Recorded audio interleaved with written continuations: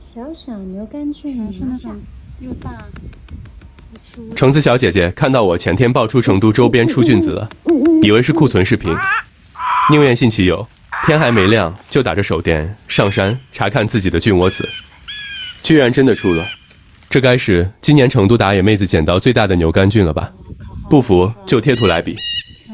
也特别向太阳小姐姐表达歉意，前天爆点了龙泉山，她的菌窝子也没了。昨天在上山，除了人哪还有菌子，送个拍照神器弥补下。